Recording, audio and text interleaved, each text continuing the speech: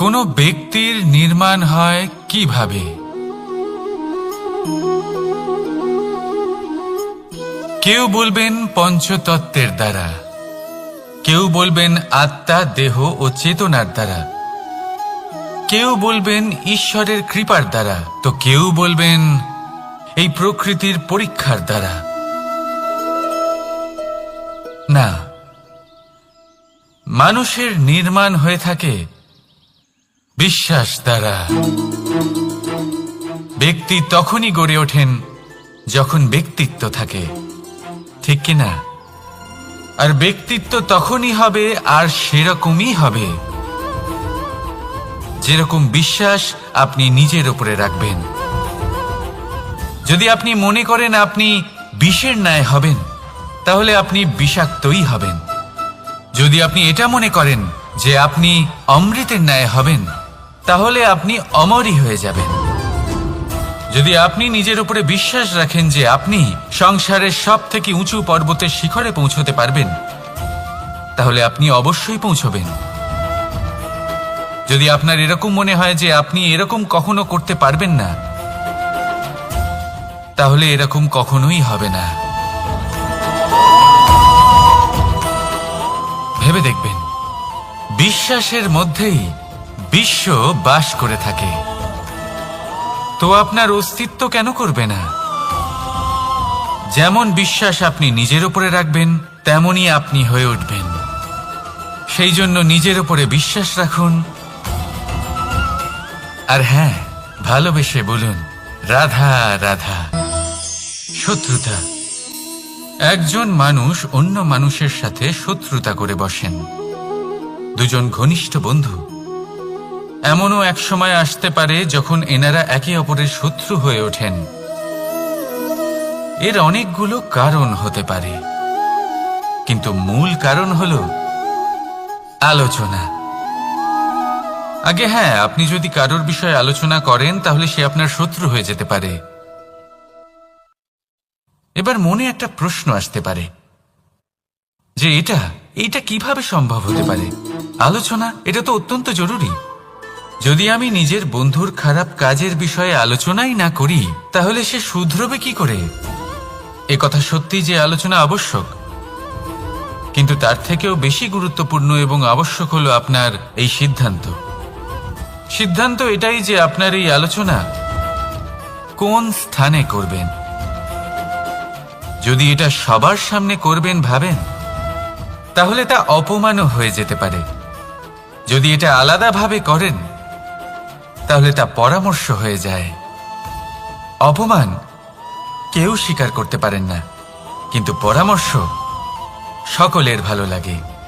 তাহলে যদি আপন কারোর জন্য ভালো কিছু চান, কাউকে শুধরে দিতে চান, আর আপনার মনে হয় আলোচনা আবশ্যক, তাহলে সর্বপ্রথম সময়, পরিস্থিতি আর স্থানের কথা মনে রাখবেন, নয়তো এই আলোচনা আপনাকে খুব ভোগাতে পারে। তাহলে আসুন আমার সাথে ভালোবেসে বলুন রাধা রাধা। আপনার জীবনেও কি সমস্যা রয়েছে? অবশ্যই থাকবে। প্রত্যেকের জীবনেই সমস্যা থাকে। প্রত্যেক মানুষ জিজ্ঞাসাও করেন যে এই সমস্যা আসলে কি আর কেন আসে এ জীবনে। আপনাকে একটা কথা বলে দিই যে সমস্যা আসলে সেটা নয় যা আপনার পথে বাধা সৃষ্টি করে, বরং সমস্যা হলো সেটাই যেটা আপনি তখন দেখতে পান যখন আপনার একাগ্রতা আপনার পথ থেকে, আপনার লক্ষ্য থেকে সরে যেতে থাকে। আর এই সমস্যাগুলি দূর করার জন্য, এর সমাধান করার জন্য একটাই পথ আছে, নিজের সমস্ত ভাবনা আরো একবার একাগ্র করুন নিজের পথের দিকে, নিজের লক্ষ্যের দিকে। আপনার সমস্ত ভাবনা যদি কেন্দ্রীভূত হয় নিজের লক্ষ্যে, তাহলে এই সমস্যা দূরে থাকবে। যদি এরকম না হয়, যদি আপনার মন একটু অন্যদিকে চলে যায়, তাহলে এই সমস্ত সমস্যা আবার সামনে চলে আসে আর বাড়তেও থাকে। দেখুন, যেখানে আপনার লক্ষ্য রয়েছে, বান যদি সেখানেই চালাতে হয়, তাহলে দৃষ্টি তো সেদিকেই রাখতে হবে। তবেই তো আপনি সেই লক্ষ্য ভেদ করতে পারবেন। সেই জন্য মনে রাখবেন, সর্বদা লক্ষ্য রাখবেন নিজের পথে, সেই পথেই সামনে এগোতে থাকুন নিজের লক্ষ্যের দিকে। আপনি যত সামনে এগোতে থাকবেন এই সমস্যা তত পিছিয়ে যাবে। তাহলে আসুন আমার সাথে ভালোবেসে বলুন, রাধা রাধা। এই পাখিরা সত্যি খুব সুন্দর, আমার খুব ভালো লাগে। আপনি নিশ্চয়ই শুনে থাকবেন যে কিছু পাখির কাছে ডানা অবশ্যই থাকে, কিন্তু উড়তে পারে না। তারা চায় উঁচু আকাশে উড়ে বেড়াতে এবং মেঘেদের সাথে কথা বলতে, করতেই পারে না। এবার এই সংসারেও পাওয়া যায় ঘুড়িও। এদের মধ্যে না জীবন আছে, না প্রাণ আছে, আর না আছে ডানা, কিন্তু এরা আকাশের সাথে কথা বলে, হাওয়ার বেগের সাথে কথা বলে, আনন্দ করে, উৎফুল্ল হয়ে ওঠে। আকাশে জীবনের কিছু মুহূর্ত কাটায়। তার কারণ কি হতে পারে? কারণ হলো সুতো। এই সুতো যদি সঠিক হাতে থাকে তাহলে এই কাগজের তৈরি ঘুড়িও আকাশের উচ্চতায় উড়ে বেড়াতে পারে। এবার এই সুতো আসলে কি? এই সুতো হলো আসলে ভালোবাসা। এই সুতো হলো আসলে বিশ্বাসের। আর এটা আপনি দিয়ে থাকেন তাদের হাতে যাদের আপনি বিশ্বাস করেন, যাদের আপনি নিজের সর্বস্ব দিয়ে দেন। ভেবে দেখুন, এই ভালোবাসা আর বিশ্বাসের সুতো আপনি যদি সঠিক মানুষের হাতে দিয়ে দেন তাহলে আপনি অনেক উচ্চতায় উঠতে পারবেন, আকাশের উচ্চতায় উড়ে বেড়াতে পারবেন, মেঘের সাথে কথা বলতে পারবেন, পাখিদের মতো উড়তে পারবেন, যা ইচ্ছে তাই করতে পারবেন। শুধু এই মানুষ সঠিক হতে হবে, এমন একজন মানুষ যার মনে আপনার জন্য ভালোবাসা রয়েছে, এমন এক মানুষ যার মনে কোনো স্বার্থ নেই, যিনি পরোপকারী, এমন একজন ব্যক্তি যিনি আপনার অস্তিত্বকে বাইরে নিয়ে আসতে পারবেন, তাকে উজ্জ্বল করে তুলবেন। তাহলে ভালোবাসুন, আনন্দ করতে থাকুন, আর এই আনন্দ সহকারে বলুন, রাধা রাধা। আমরা সকলে এমন ব্যক্তির সাথে থাকতে চাই যারা খুব মিষ্টি কথা বলেন, যাদের ব্যবহার আমাদের ভালো লাগে, যারা দেখতে সুন্দর হন, যাদের আমরা পছন্দ করি। আর সবসময় এমন ব্যক্তির থেকে দূরে থাকতে চেষ্টা করি যাদেরকে আমরা পছন্দ করি না, যাদের কথা আমাদের খারাপ লাগে, যাদের কথা একটু কঠোর হয়। আমরা সবসময় চেষ্টা করি এদের থেকে দূরে থাকার, ঠিক কিনা? কিন্তু যদি বাস্তবটা দেখি তাহলে এই কঠোরতা জীবনে শান্তির প্রলেপ দেয়। ওষুধও একটু কড়াই হয়, কিন্তু এ কি করে? আমাদের সুস্থ করে তোলে। ঠিক সেইভাবেই ভালোবাসার এই অধ্যায় একটু কঠিন, একটু কড়াও মনে হতে পারে, কিন্তু এর ফল সবসময় আপনাদের স্বাস্থ্যের পক্ষে ভালোই হয়। সেই জন্য যদি কেউ আপনার নিন্দে করে, আপনাকে কড়া কথা শোনায়, আপনার ব্যাপারে আলোচনা করে, তার মানে এটা নয় যে সে আপনার শত্রু। হতে পারে তিনি আপনার বন্ধু হন, আপনার জন্য ভালো চান, আপনাকে শুধরে নিতে চান, আপনার মধ্যে কোনো পরিবর্তন দেখতে চান। সেই জন্য কখনো কারোর কথা শুনে বা কাউকে দেখে প্রাথমিকভাবে এই সিদ্ধান্ত নেবেন না যে তিনি আপনার শত্রু হন নাকি আপনার বন্ধু হন। এমনও শত্রু হয়ে থাকেন যে গুড়ের মতো মিষ্টি মিষ্টি কথা বলে আসলে আপনাকে বিষ পান করিয়ে দেবেন। আর এমনও বন্ধু থাকেন যারা আসলে নিমের মতো কড়া কথা বলেন কিন্তু আপনাকে অমৃত পান করান। এদের মধ্যে পার্থক্য করতে জানতে হবে, কে আসলে শত্রু হন আবার কে আসলে মিত্র হন। এই পার্থক্য যখন আপনি করতে শিখবেন তখন আপনি এই সংসারের সব থেকে সুখী প্রাণী হয়ে উঠবেন। এই পার্থক্য বোঝা সহজ নয়, কিন্তু অবশ্যই আবশ্যক। রাধা রাধা। অসুখ। এমন কোনো মানুষ আছেন এই সংসারে যার অসুখ করে না? প্রত্যেক মানুষ কখনো না কখনো অবশ্যই অসুস্থ হয়েছে, তার এই শরীর রোগের শিকার অবশ্যই হয়েছে। এবারে দেখুন, এই রোগ আসে আবার এই রোগ চলেও যায়, কিন্তু সেই রোগ আমাদের কষ্ট দিতে কেন সক্ষম হয়? কারণ হলো স্বচ্ছতা। যদি এই স্বচ্ছতা শরীরে না থাকে তাহলে মানুষকে শারীরিক কষ্ট পেতেই হবে। ঠিক সেইভাবেই অত্যন্ত প্রয়োজনীয় হলো এই স্বচ্ছতা যেন মনেও থাকে। যদি এই স্বচ্ছতা মনে না থাকে তাহলে মানুষ চারিত্রিকভাবে কষ্ট সহ্য করেন। এবারে নিবারণ কি হতে পারে?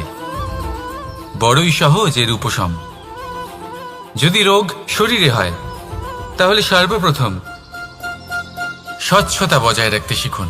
এই শরীরকে পরিষ্কার রাখতে শিখুন। বিচক্ষণতার সাথে এই রোগের সম্মুখীন হন। ভয় পাওয়ার কোনো দরকার নেই।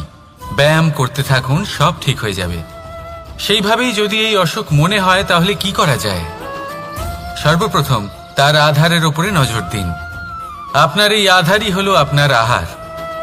যা আপনি আহার করবেন সেরকমই মানুষ হয়ে উঠবেন। সেইভাবেই আপনি যেরকম ভাবেন সেরকমই মানুষ হয়ে উঠবেন। সেই জন্য নিজের ভাবনাকে শুভ করুন, নিজের দৃষ্টিভঙ্গিকে শুভ করে তুলুন। সবকিছু সঠিক হবে। আপনার আমার সবার মধ্যেই এক রাক্ষস বাস করে।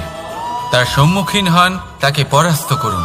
তাহলে এই রোগ সে শরীরেই হোক বা মনের মধ্যে, যদি সঠিক সময় তাকে আটকানো না যায় তাহলে যে কোনো সময় তা মহামারীর রূপ ধারণ করবে। সেই জন্য সাবধানে থাকুন, সুস্থ থাকুন। তাহলে আসুন আমার সাথে ভালোবেসে বলুন, রাধা রাধা। সংসারে সকলের মনে বাসনা থাকে তারা যেন ধন অর্জন করতে পারেন। সবাই তার জন্য চেষ্টাও করেন। একটি অত্যন্ত ছোট শিশুও যখন সে কোনো উপহার পায় তার থেকে সে অবশিষ্ট ধন সঞ্চয় করতে চেষ্টা করে। কারণ আমরা ভাবি যে সংগ্রহ করলে আমরা ধনী হয়ে উঠতে পারবো, ধনবান হয়ে উঠতে পারবো। এবার এটাই কিন্তু গুণের ক্ষেত্রেও প্রযোজ্য। যদি আপনারা জীবনে গুণবান হতে চান তবে সংগ্রহ করার কোনো প্রশ্নই নেই। আপনাকে শুধু সম্পত্তি খরচ করতে হবে। আমি ধনের কথা বলছি না, আমি এই সংসারের সবথেকে মূল্যবান সম্পত্তির কথা বলছি। সেটা হলো সময়। গুণবান হওয়ার জন্য আপনাকে শুধু সময় খরচ করতে হবে, অর্থাৎ প্রত্যেক মুহূর্তের সদ্ব্যবহার করতে হবে, আর তাও উচিত প্রকারে। যদি এই কাজ আপনি করতে পারেন তাহলে আপনা থেকেই গুণবান হয়ে উঠবেন। আর একবার যদি গুণবান হয়ে উঠতে পারেন তাহলে ধনবানও হতে বেশি সময় লাগবে না। সেই জন্য জীবনে গুণ অর্জন করুন, সময়ের সদ্ব্যবহার করুন, আর আমার সাথে ভালোবেসে বলুন, রাধা রাধা। সবাই বলেন যদি সংসারে কিছু জয় করতে চাও তাহলে নিজেকেই পথপ্রদর্শক হতে হবে। এই সংসারকে যদি প্রকাশমান করতে চাও তাহলে প্রদীপের মতো তোমাকেও জ্বলতে হবে। এই কথা অত্যন্ত শ্রেষ্ঠ, কিন্তু প্রদীপের মতো জ্বলার পূর্বে কিছু সাবধানতা অবলম্বন করা প্রয়োজনীয়। কিভাবে? ভেবে দেখুন, চারিদিকে অন্ধকার, আমার প্রকাশের প্রয়োজন। সেই ক্ষেত্রে যদি আমি একটি দীপক প্রজ্বলিত করি তাহলে চারদিক প্রকাশমান হবে, আমার ভালো লাগবে। কিন্তু ধরুন মাথার উপর কড়া রোদ আর তার মাঝে আমি একটি প্রদীপ জ্বালাতে শুরু করলাম, তখন কি হবে? আমি নিজেই বুঝতে পারবো যে আমি মূর্খামি করছি। মাটির প্রদীপ, তেল, প্রচেষ্টা, সময়, এই সব কিছু নষ্ট করছি। সেই জন্য মনে রাখবেন, জীবনে পরিশ্রম করা প্রয়োজনীয়, কিন্তু পরিশ্রম কোথায় করতে হবে, কতটা করতে হবে, সেটা মাথায় রাখা আরো প্রয়োজনীয়। আসুন আমার সাথে ভালোবেসে বলুন, রাধা রাধা। ক্ষমা একটা অত্যন্ত সুন্দর শব্দ, আমার খুব প্রিয় শব্দ। কিন্তু এই ক্ষমা কখন আর কিভাবে প্রয়োগ করতে হবে সেটা বোঝা প্রয়োজনীয়। এক, যদি আপনি কোনো অন্যায় করেন আর ক্ষমা না চান, ক্ষমা প্রার্থনা না করেন, ক্ষমা চাওয়া থেকে এড়িয়ে যান, তাহলে তাতে আপনারই ক্ষতি হবে। কিভাবে? ক্ষমা না চাইলে মনের মধ্যে অহংকার জাগ্রত হয়, আর অহংকার তো প্রকৃত অর্থে আমাদের ক্ষতিই করে। দুই, কেউ যদি অপরাধ করেন, আপনার থেকে ক্ষমা না চান, তাহলে তাকে ক্ষমা করবেন না। ক্ষমা হলো অত্যন্ত অমূল্য, আর না চাইতেই কাউকে ক্ষমা দান করা এটা উচিত নয়। তিন, যদি কেউ আপনার সাথে অনুচিত কিছু করেন, অপরাধ করেন, আর আপনার থেকে ক্ষমা চান, তাহলে তাকে ক্ষমা করে দিন। তাতে আপনার অন্তরের করুণাবোধ জাগ্রত হবে, প্রেম জাগ্রত হবে, আর তা আপনার জন্য শুভ হবে। 4, যদি আপনি নিজে কোনো অপরাধ করেন তাহলে অবশ্যই ক্ষমা চাইবেন, তাতে আপনারই লাভ হবে। কিভাবে? সামনের ব্যক্তি আপনাকে ক্ষমা করুক বা না করুক, আপনার অন্তরের অহংকার ক্ষীণ হবে, আর এই মন আরো নির্মল হয়ে উঠবে। এই ক্ষমা অত্যন্ত অমূল্য, ভেবেচিন্তে একে ব্যবহার করুন আর আমার সাথে ভালোবেসে বলুন, রাধা রাধা। আমি এখানে একা এই বনে বসে আছি, বাঁশি বাজাচ্ছি। কার জন্য? কে আছেন এখানে? কেউ নেই। আমার প্রজা, আমার রাজ্য, আমার পরিবার আমার থেকে অনেক দূরে আছেন। আমি এখানে একা এই বনে বসে এই আকাশের এই রঙের, গাছের এই সব ফলের, মাটির সুবাসের আনন্দ উপভোগ করছি। কেন? আমি হলাম দ্বারকাধীশ। এমন কি রাজকীয় বা ভৌতিক সুখ রয়েছে যে আমি ওখানে পেতে পারি না? সবকিছুই পেতে পারি, তাও এখানে বনে একা বসে আছি। কোন সুখ খুঁজে চলেছি? একা থাকার সুখ। আমরা প্রত্যেকদিন অনেক মানুষের সাথে, চিন্তাধারার সাথে, কর্মের সাথে, পরিস্থিতির সাথে, সুখ দুঃখের দ্বারা বেষ্টিত থাকি। জীবনের এই চক্রে আমরা জড়িয়ে পড়তে থাকি। যতই আমরা এই সমস্যার সমাধান করি, আমরা ততই এতে জড়িয়ে পড়ি। আমরা এতটাই জড়িয়ে পড়ি যে যখন আমরা আয়নায় নিজেদের দেখি, তখন আমরা নিজেদের চিনতেই পারি না। এমন মনে হয় যেন আমরা নিজেদের হারিয়ে ফেলেছি।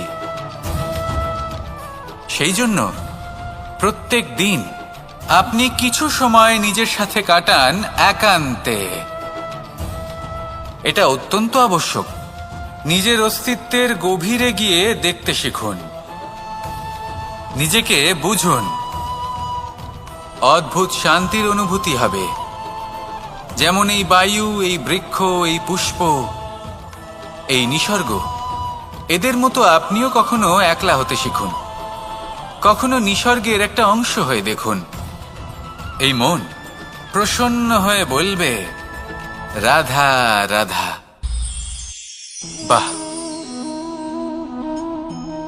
পুষ্পের সুবাস আমার খুব ভালো লাগে।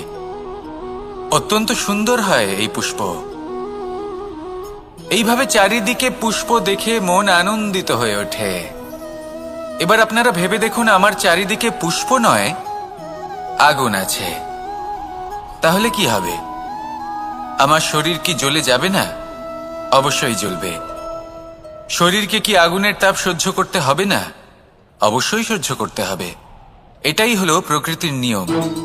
এই নিয়ম কিন্তু আমরা সবাই জানি, কিন্তু আমাদের মধ্যে বেশিরভাগ মানুষ এই বিভ্রান্তি নিয়ে বাঁচি যে এই যে প্রকৃতির নিয়ম, তা আমার ওপর প্রযোজ্য নয়। তা কিন্তু নয়। আমাদের চতুর্দিকে এই যে নিসর্গ রয়েছে, আমরা তার কতটা ক্ষতি করি সেটা একবার ভেবে দেখুন। আমরা বনাঞ্চল জ্বালিয়ে দিই, বায়ু দূষিত করি, জল দূষিত করি, প্রাণীদের হত্যা আমরা করি। কেন? এই নিসর্গ আমরা নষ্ট করি, যদিও আমরা জানি যে আমরাও হলাম এই নিসর্গেরই অংশ। এবার দেখুন, শরীরের কোনো অংশে যদি আগুন ধরান, আস্তে আস্তে সমস্ত শরীরও জ্বলে যাবে। সেইভাবেই নিসর্গ যদি নষ্ট হয়ে যায়, তাহলে মনুষ্য জাতিও নষ্ট হয়ে যাবে। তাই এই যে নিসর্গ আপনি দেখছেন, নিসর্গ থাকে মানুষ থাকবে। যদি নিসর্গ থাকে তাহলেই জীবন থাকবে। আসুন আমার সাথে ভালোবেসে বলুন, রাধা রাধা। ওমা, এ কি? আমি কখন থেকে এখানে অপেক্ষা করছি, হাত পেতে দাঁড়িয়ে রয়েছি যাতে একটা ফল আমার হাতে এসে পড়ে এবং সেটা আমি খেতে পারি। কখন থেকে অপেক্ষা করছি, কিন্তু সেটা হচ্ছেই না। এবার আপনি বলবেন যে এসব কি বলছি, এ কি অদ্ভুত কথা বলছি। যদি ফল খেতে হয় তাহলে আমাকে বৃক্ষে চড়তে হবে, ফলের কাছে পৌঁছতে হবে, তবেই তো ফল পাবো। এবার এটা অত্যন্ত সহজ ব্যাপার, কিন্তু এই বিষয়টা আপনি নিজের জীবনের প্রসঙ্গে ভেবে দেখুন। লক্ষ্য কোথায় আছে আপনি জানেন, সেই লক্ষ্যে পৌঁছানোর পথ কি সেটাও আপনি জানেন, সেই পথে চলার ক্ষমতাও আপনার রয়েছে, কিন্তু তাও আপনি নিজের লক্ষ্য লাভ করতে পারছেন না। কেন? কারণ আপনি অপেক্ষা করছেন যে লক্ষ্য আপনার সামনে চলে আসবে, কিন্তু তা হয় না। লক্ষ্য সে যাই হোক না কেন, ধন হোক, প্রেম হোক, কোনো সম্মান হোক বা মোক্ষ হোক, যদি আপনি তার দিকে অগ্রসর না হন তাহলে ফল প্রাপ্তি অসম্ভব ব্যাপার, তা কোনোদিনই হবে না। সেই জন্য আপনার চোখের সামনে আপনি যদি নিজের লক্ষ্যকে দেখতে পান তাহলে উঠুন এবং সেই দিকে অগ্রসর হতে শুরু করুন। নিজের অন্তরের সকল অশুভ গুণ দূর করুন, অলসতা ত্যাগ করুন, অজ্ঞানতা ত্যাগ করে দিন এবং চলতে থাকুন। অবশ্যই মনোবাঞ্ছিত ফল লাভ করতে পারবেন। মনে রাখবেন, চলতে থাকলে তবেই লক্ষ্য প্রাপ্তি হবে। অপেক্ষার দ্বারা শুধুমাত্র মৃত্যু লাভ হবে।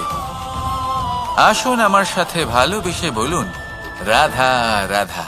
আমি দ্বারকাধীশ এবং আমার সভাতে বিভিন্ন সময় বিভিন্ন ধরনের মানুষ আসেন, নিজেদের দাবি নিয়ে, নিজেদের ইচ্ছে নিয়ে। কখনো কেউ ভোজন চান, আবার কখনো কেউ ওষুধ, কখনো কেউ বস্তু চান, কেউ আবার চান বস্ত্র। কারোর জ্ঞান চাই, কারোর ধন চাই, আবার কারোর বাসস্থান। অনেক সময় আমি এই অনুরোধ, এই ইচ্ছে পূর্ণ করি না। এবার আপনি এটা ভাবতেই পারেন যে কৃষ্ণ তো তাহলে লোভী, ওর কাছে তো সবকিছুই রয়েছে, তারপরেও সে নিজের প্রজার ইচ্ছে পূর্ণ করে না, তাদের সমস্যাগুলি বুঝতে পারে না, তাদের সুখ স্বাচ্ছন্দ্য প্রদান করে না। আসল সত্য হলো এটাই যে কোনো সবল ব্যক্তি, যে কোনো গৃহস্থ ব্যক্তি যে কাজ করতে সক্ষম, তার পরিশ্রম দ্বারাই নিজের প্রয়োজনগুলি এবং ইচ্ছেগুলি পূরণ করা উচিত। এটা অত্যন্ত প্রয়োজনীয়। আর এগুলো তিনি করতে পারেন শিল্প, ব্যবসা, আচরণ অথবা জ্ঞানের ভিত্তিতে।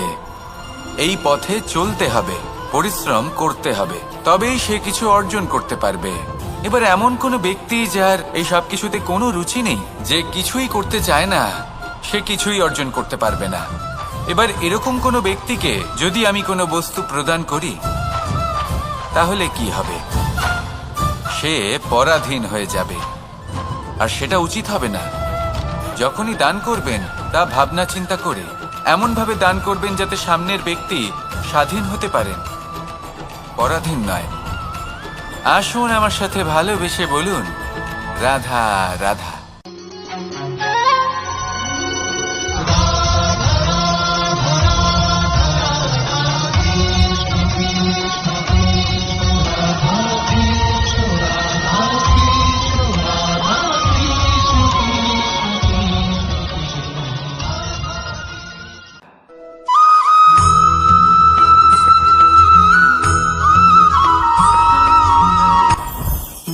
জীবনে কিছু শেখা অত্যন্ত গুরুত্বপূর্ণ। এবার কি কি শিখতে হবে সেই সব শেখানোর জন্য অনেক শিক্ষক রয়েছেন, কিন্তু কি শিখবেন না আর কি করবেন না এটা আমাদের নিজের অভিজ্ঞতা দিয়ে শিখতে হয়। কিন্তু তার মানে এটা নয় যে যদি আপনাকে শিখতে হয় যে আগুনের তাপ কতটা, আপনাকে আগুনের মধ্যে হাত দিতে হবে। না, অন্য কারোর অভিজ্ঞতা দ্বারাও শিখতে পারেন। প্রশ্ন শুধুমাত্র একটাই যে আপনি কি শিখতে চান নাকি চান না। যদি আপনি এটাই ভাবেন যে আমি শুধুই নিজের অভিজ্ঞতা দ্বারাই শিখতে চাই, তাহলে জীবনকাল ছোট মনে হবে, অনেক কিছুই শিখতে পারবেন না। তাই নিজের সাথে সাথে বড়দের অভিজ্ঞতা দ্বারাও শেখা শুরু করে দিন। এই সংসারের অভিজ্ঞতা দ্বারা শিখতে শুরু করে দিন। আর এটা নিশ্চিত রূপে শেখা আবশ্যক যে কখন কি করবেন না, কোথায় থামতে হবে আর কোথায় থামবেন না। তাহলে আসুন আর আমার সাথে ভালোবেসে বলুন, রাধা রাধা।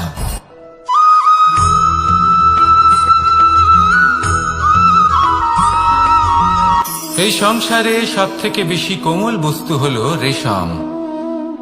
এই রেশম এতটাই কোমল হয় যে এর পুরো একটা থান শুধুমাত্র একটা হাতে ধরা সম্ভব। কখনো ভেবে দেখেছেন এই রেশম কিভাবে হয়?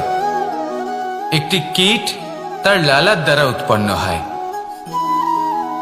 এই কীট সেই রেশমকে পাক দিতে থাকে, পাক দিতেই থাকে আর আস্তে আস্তে তার মধ্যেই জড়িয়ে পড়ে। শেষে ওর এই সুন্দর অমূল্য সৃষ্টি রেশমের এই সুতো তার নির্মাণ কার্য পূর্ণ হয়, কিন্তু তাতেই ও নিজে বন্দী হয়ে যায়।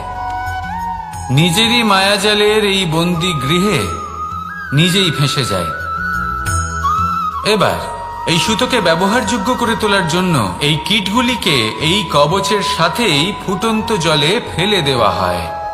এই সংসারে যদি আমাদের স্বপ্ন এই সংসারের দুঃখ হরণ করার জন্য, এই সংসারে সুখ বিতরণ করার জন্য হয়, তবেই আমাদের প্রগতি সম্ভব। যদি আমাদের এই স্বপ্ন শুধুই আমাদের এবং আমাদের স্বার্থ সিদ্ধির জন্য হয়, তাহলে এই স্বপ্ন আমাদের অন্ধ করে দেবে, আমাদের অন্ধকারের পথে নিয়ে যাবে, আর আমরাও সেই কীটের মতো হয়ে যাব। নিজেদেরই মায়াজালে আমরা নিজেই ফেঁসে যাব, আর শেষে আমরা যদি কিছু লাভ করি তা হবে একাকিত্ব, অন্ধকারময় মৃত্যু। তাই স্বপ্ন অবশ্যই দেখুন, কিন্তু এমন ভাবে স্বপ্ন দেখবেন না যে তার এই বন্দিগৃহে আপনি নিজেই ফেঁসে গেলেন। স্বপ্ন দেখুন পরোপকারে।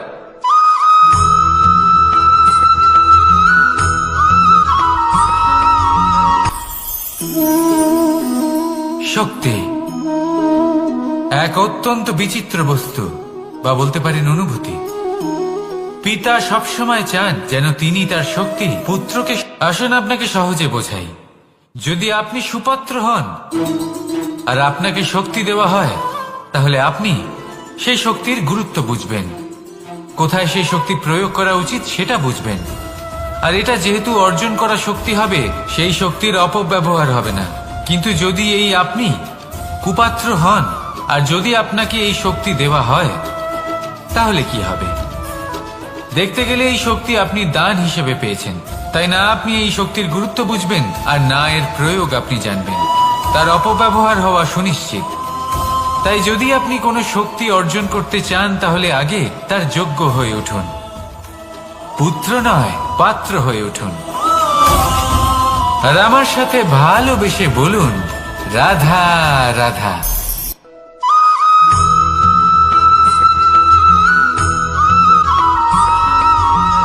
এই সংসারে প্রত্যেক মানুষ এটাই চান যে তিনি যেন ধনবান হন, আর্থিক অবস্থা তার ভালো থাকে, ওনার বাড়িতে লক্ষ্মীর আগমন হয়। কিন্তু সেটা হবে কি করে, সেটাই হলো প্রশ্ন। কেউ বলেন যে যদি পরিশ্রম করো তাহলে ধন অর্জন সম্ভব, কেউ বলেন যে যদি বিদ্যা লাভ হয় তবেই ধন অর্জন সম্ভব, কেউ বলেন যে যদি বলশালী হও তবেই সম্পন্ন থাকবে। ভালো কথা, যদি তাই হয়ে থাকে, তবে দিনমজুর সারা দিন পরিশ্রম করেন, তিনি কেন ধনী হন না? অনেকজন বিদ্বান মানুষ আছেন এই সংসারে, তারা কেন ধনবান হন না? অনেক সংখ্যক বলশালী ব্যক্তি আছেন, তাদের কাছে ধন নেই কেন? তাদের কেন ধনের অভাব হয়? আবার এমনও কিছু মানুষ আছেন যারা পরিশ্রম করেন, তারা দিনমজুর, কিন্তু তারা ধন অর্জন করতে পারেন। কিছু বিদ্বান ব্যক্তি আছেন যাদের কাছে অধিক মাত্রায় ধন রয়েছে, কয়েকজন বলশালী ব্যক্তি রয়েছেন যাদের কাছে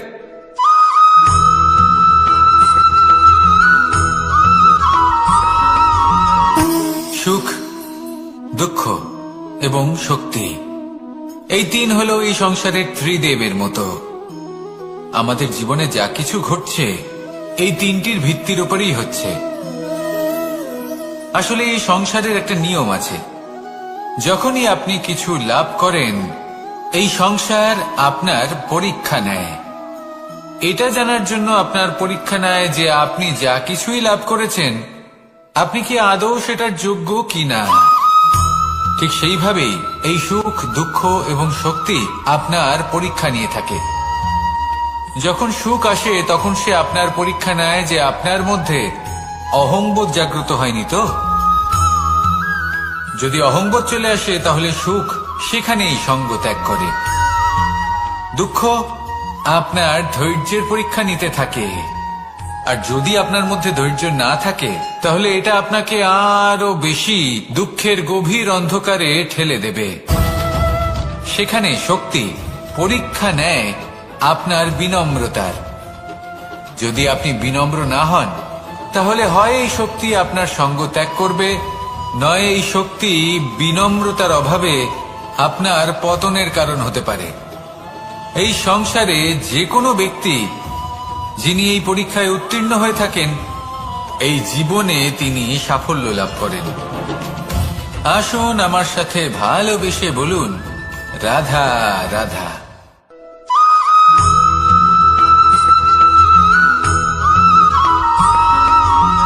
পঞ্চতত্ত্বের মধ্যে দ্বিতীয় তত্ত্ব হল ধরণী, ভূমি, যাকে আমরা ধরণী মাতা বলি। এই ধরণী ধৈর্য ধারণ করে, আর এর ওপরেই আমাদের সমগ্র সংসার নির্ভরশীল। কারণ এই ভূমি সহ্য ক্ষমতা রাখে, এর সহ্য ক্ষমতা হল অপরিসীম। সন্তান যতই আঘাত প্রদান করুক না কেন, প্রেম পূর্বক সহ্য করে, আর তার বদলে অমূল্য রত্ন প্রদান করে। সন্তান যদি হাল চালায়, তাহলে তার বদলে তাকে অন্ন প্রদান করে। এটাই হলো ধরণী। এবার এর থেকে আমরা কি শিক্ষা পেতে পারি? এটাই যে কারোর জন্য কিছু করা বা কাউকে কিছু দেওয়া মনে কোনো কামনা ছাড়াই। আর এই কথাটা বুঝে যান, যদি কারোর জন্য কামনা না রেখে বা কোনো পাওয়ার আশা না রেখে কারোর জন্য কিছু করেন বা কারোকে কিছু দেন, যদি এটা আপনি শিখতে পারেন, তবে আপনি ভালোবাসতে শিখে গেছেন। আর সেই জন্যই এই ধরিত্রীকে মাতা বলা হয়। কারণ মাতা শুধু উনি নন যিনি গর্ভে সন্তানকে ধারণ করেন, মাতা তো উনিও যিনি জীবন বাঁচতে শেখান, যিনি জীবন বাঁচার উদাহরণ প্রদান করেন। তাহলে ধরণীর থেকে এই নিঃস্বার্থ ভাব শিখুন, নিঃস্বার্থ ভালোবাসা শিখুন, আর এই ভালোবাসার সাথেই বলুন, রাধা রাধা।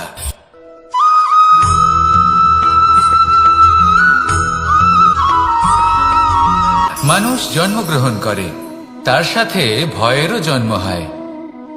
ছোটবেলা থেকেই আমাদের মনে কোনো না কোনো প্রকারের ভয় থেকেই যায়। কেউ এই বিষয়ে ভয় পায় যে তার কোনো বস্তু তার থেকে দূরে চলে যাবে, কেউ এই বিষয়ে ভয় পায় যে আমি নিজেকে হারিয়ে ফেলব, কেউ এই ভেবে ভয় পায় যে আমার প্রিয়জনেরা তারা যেন আমার থেকে দূরে না চলে যায়, কেউ এই ভেবে ভয় পায় যে আমরা যেন পথ না হারিয়ে ফেলি, আদি ইত্যাদি। কিন্তু সত্যি কথা বলতে, ভেবে দেখুন এই ভয় বাস্তবে কি? শুধুই একটা মনস্থিতি, আর কিছুই নয়। যা কিছু আপনি জীবনে পেয়েছেন তা একদিন আপনাকে হারাতে হবে। এই জীবন হলো আপনারই, কিন্তু তাও একদিন সমাপ্ত হবে। তাই ভয় পেয়ে কি লাভ? এই ভয় শুধু আপনাকে জীবন যাপন করা থেকে বাধা দিচ্ছে, আর কিচ্ছু নয়। পথ হারিয়ে ফেললেই বুঝতে পারবেন যে নতুন পথ কিভাবে বানাতে হয়। কিছু মানুষকে জীবন থেকে হারালে তবেই আপনি বুঝবেন যে আপনার আপনজনকে। এই ভয়ের কারণে ভীত হয়ে থাকবেন না। এই তারা নক্ষত্র অন্ধকারের অভাবে গুরুত্ব হারায়। শিবকেও মহাদেব হওয়ার জন্য বিষ পান করতে হয়েছিল। প্রত্যেক পরিস্থিতি, প্রত্যেক সাফল্য আপনার পরীক্ষা নেবে, তাতে উত্তীর্ণ হওয়া হলো আপনার কর্ম।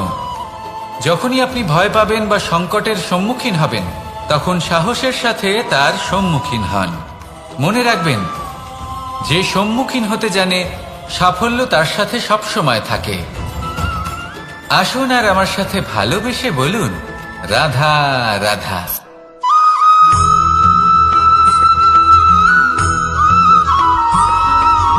জীবনে অগ্রসর হওয়ার জন্য আমাদের কাকে প্রয়োজন হয়? মাতা পিতা, বন্ধু, প্রেম, সাহায্য, অর্থ, পরিশ্রম, আশা। ভিন্ন ভিন্ন মানুষ ভিন্ন ভিন্ন বিকল্প চয়ন করে। যদি আমি আপনাকে বলি,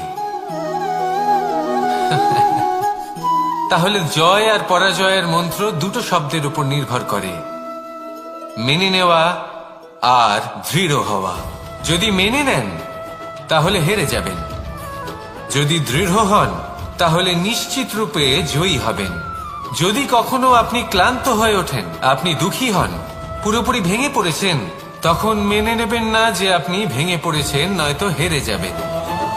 তখন উল্টে স্থির করবেন যে যাই হয়ে যাক না কেন, আমি জয়ী হবই। আর আপনি দেখবেন যে জয় নিশ্চিত রূপে আপনার কাছেই আসবে। তাহলে এই কথা মনে রাখবেন আর আমার সাথে ভালোবেসে বলবেন, রাধা রাধা।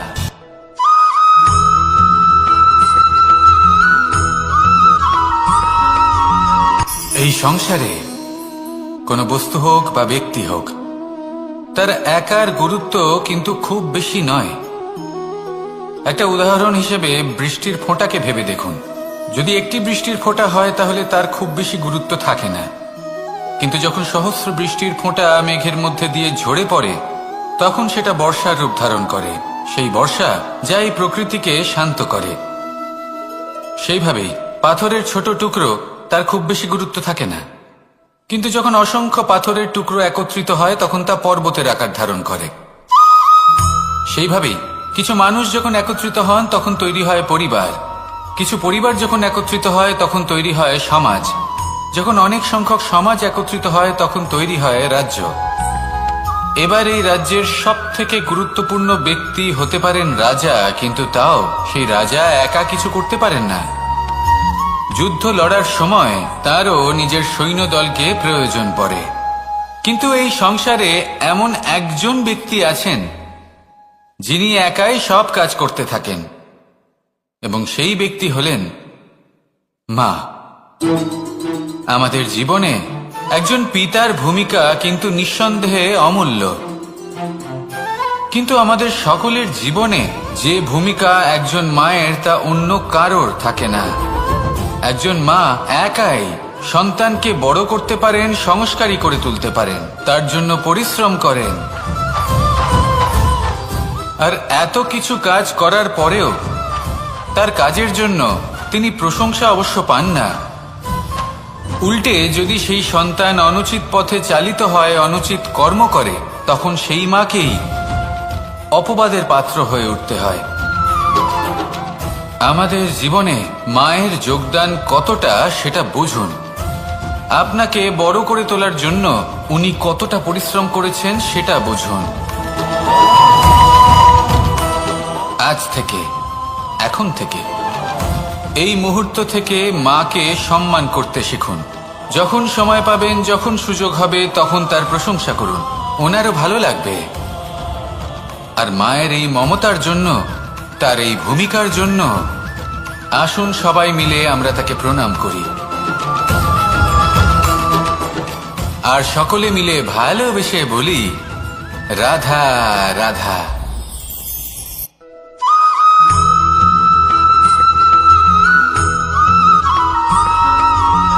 এই সংসারের সব থেকে গুরুত্বপূর্ণ তত্ত্ব কোনটা? প্রথম হলো সময়। জন্ম থেকে মৃত্যু পর্যন্ত এই যে সময়, এটাই তো হলো জীবন। দ্বিতীয় হলো জীবন, যাতে আমরা সময়ের সদ্ব্যবহার করি, শ্রেষ্ঠ থেকে শ্রেষ্ঠতর কাজ করার চেষ্টা করি। বহু বছরের এই পরম্পরা, এই সংস্কৃতিকে এগিয়ে নিয়ে যাওয়ার চেষ্টা করি। এই সংসারে আমরা অংশগ্রহণ করতে চেষ্টা করি।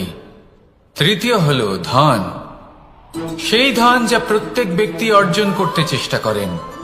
এবার এই তিনটি তত্ত্বের মধ্যে একটা সামঞ্জস্য আছে, সমান ব্যাপার আছে, সে ধনই হোক বা সময় হোক বা হোক জীবন। আর সেই সমান ব্যাপার হলো যে যদি আপনি এটা গণনা করতে থাকেন তাহলে তা কমতে থাকে, যদি আপনি এটা ব্যবহার করেন তাহলে তা বাড়তে থাকে। একে সংগঠিত করে রাখতে চেষ্টা করলে এ হাত থেকে ফসকে যায়, কিন্তু যদি আপনি একে সামলে রাখতে শিখে যান তাহলে এমন কাজ করবেন যাতে সংসারের সাথে সাথে পরবর্তী প্রজন্ম লাভবান হবে। যদি কিছু শিখতে চান তাহলে সামলাতে শিখুন, গণনা করা বা সংগঠিত করা নয়। আসুন আর আমার সাথে ভালোবেসে বলুন, রাধা রাধা।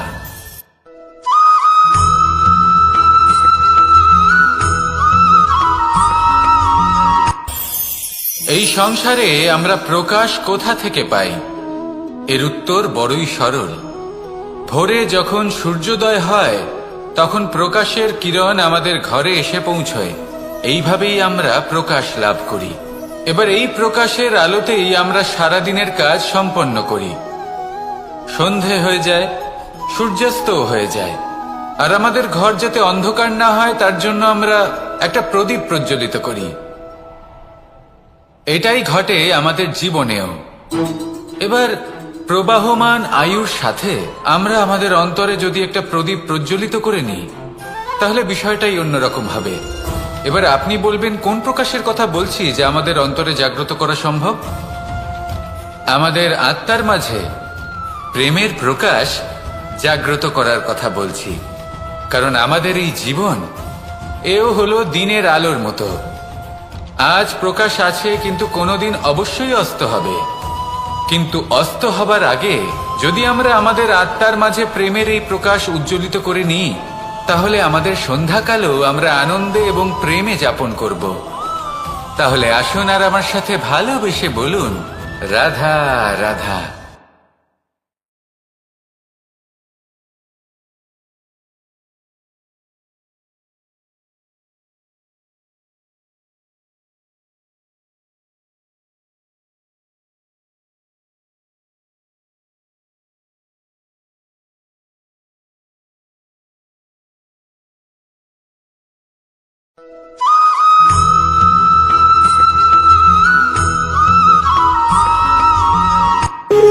যখন মানুষের মৃত্যু হয় তখন কি হয়?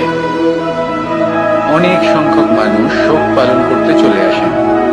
যে ব্যক্তি মৃত্যু লাভ করেছেন তার অনেক বস্তু থাকে যেগুলো তার প্রিয়, যেগুলো তিনি ব্যবহার করেছেন।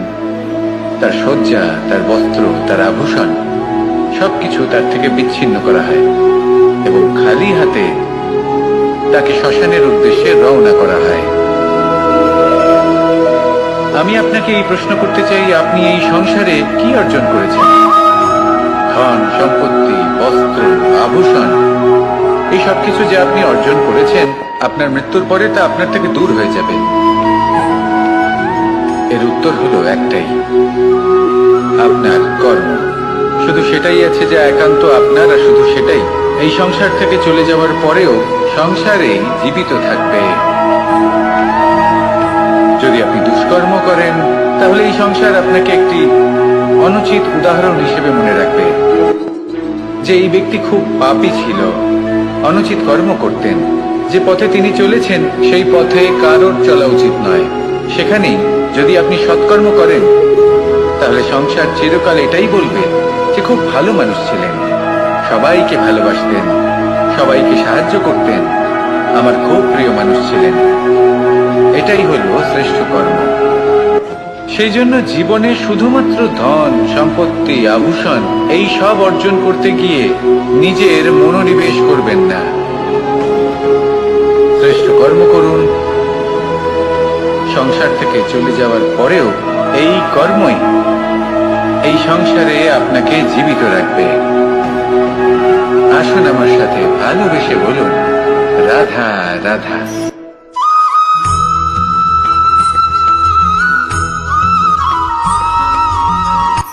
এই সংসারে সাফল্য লাভ করার জন্য জ্ঞানের প্রয়োজন হয়, পরিশ্রমের প্রয়োজন হয়, দৃঢ় নিষ্ঠার প্রয়োজন হয়, নিরন্তর চেষ্টা করা প্রয়োজনীয়। কিন্তু আরো কিছু আছে যা অত্যন্ত প্রয়োজনীয় এবং গুরুত্বপূর্ণ। তা হলো ভালো বন্ধু। তাদের থাকা অত্যন্ত প্রয়োজনীয়। যদি ভালো বন্ধু থাকে, তাহলে সময় এলে তারা ঢাল হয়ে আপনাকে সুরক্ষা করবেন। সময় এলে অস্ত্রের মতো শত্রুকে সংহারও করবেন। যদি তিনি জ্ঞানী হন, তাদের মধ্যে সদ্গুণ থাকে, তাহলে এই সব গুণ আপনার মধ্যেও প্রবেশ করবে। তাহলে সাফল্যের জন্য ভালো বন্ধু পাওয়া অত্যন্ত প্রয়োজনীয়। কিন্তু শুধু বন্ধু কেন, ভালো শত্রুও থাকা প্রয়োজনীয়। এবার আপনি ভাববেন, এ আমি কি বললাম?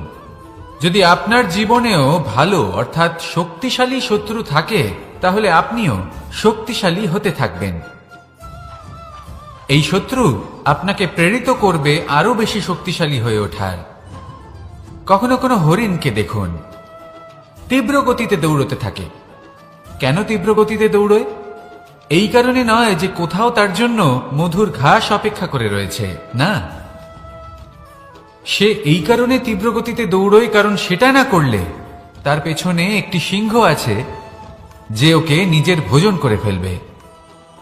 তাই জীবনে বিপদ, সংকট এই সব কিছুও হলো অত্যন্ত গুরুত্বপূর্ণ। তার সম্মুখীন হতে শিখুন আর আমার সাথে ভালোবেসে বলুন, রাধা রাধা।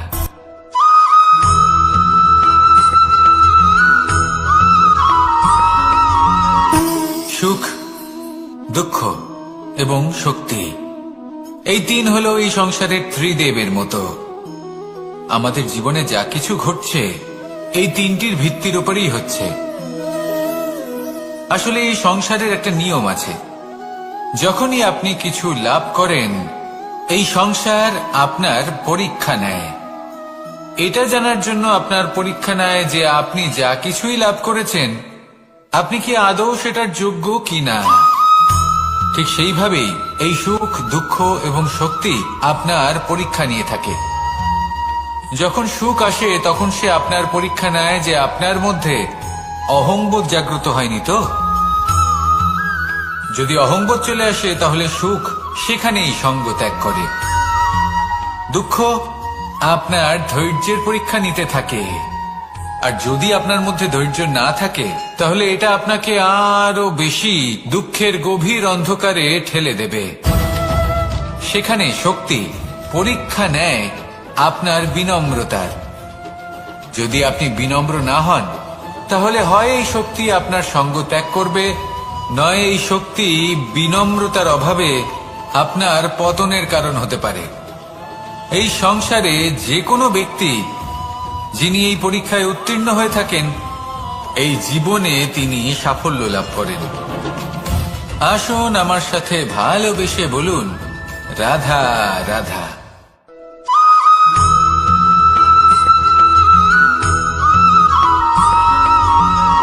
পুরুষার্থ।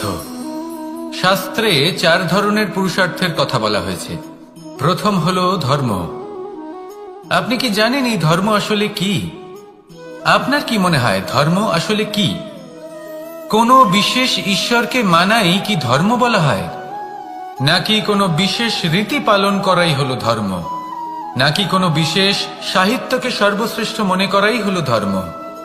না, ধর্ম হলো সেটা যাকে ধারণ করা যেতে পারে। আর ধারণ শুধু সেটাই করা যায় যা পবিত্র। পবিত্র শুধু তাকেই বলা হয় যা নিঃস্বার্থ, যার মধ্যে শাসন করার কোনো ইচ্ছে নেই, যা সরলভাবেই প্রবাহমান, জল এবং বায়ুর মতো। যখন কোনো ব্যক্তি ধর্মকে ধারণ করেন এবং সেই ধর্ম সেই ব্যক্তিকে রক্ষা করে তখন তাকে ধর্ম বলা হয়। ধর্ম যা রক্ষা করে অহংকার থেকে, খারাপ চিন্তার হাত থেকে। সেই জন্য পুরুষার্থ গড়ে তোলার আগে, ধর্ম পালন করার আগে ধর্মের প্রকৃত অর্থ কি সেটা বুঝে নিন। এটা জেনে রাখুন যে সমস্ত ধর্মের আধার, সমস্ত ধর্মের ভিত শুধুমাত্র ভালোবাসা। আসুন আর এই ভালোবাসার সাথেই বলুন, রাধা রাধা।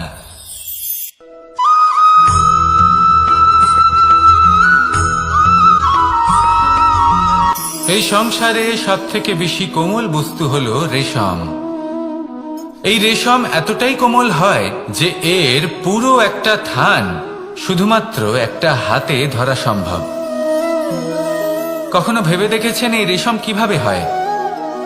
একটি কীট তার লালার দ্বারা উৎপন্ন হয়। এই কীট সেই রেশমকে পাক দিতে থাকে, পাক দিতেই থাকে আর আস্তে আস্তে তার মধ্যেই জড়িয়ে পড়ে। শেষে ওর এই সুন্দর অমূল্য সৃষ্টি রেশমের এই সুতো তার নির্মাণ কার্য পূর্ণ হয়, কিন্তু তাতেই ও নিজে বন্দী হয়ে যায়। নিজেরই মায়াজালের এই বন্দী গৃহে নিজেই ফেঁসে যায়। এবার এই সুতোকে ব্যবহারযোগ্য করে তোলার জন্য এই কীটগুলিকে এই কবচের সাথেই ফুটন্ত জলে ফেলে দেওয়া হয়।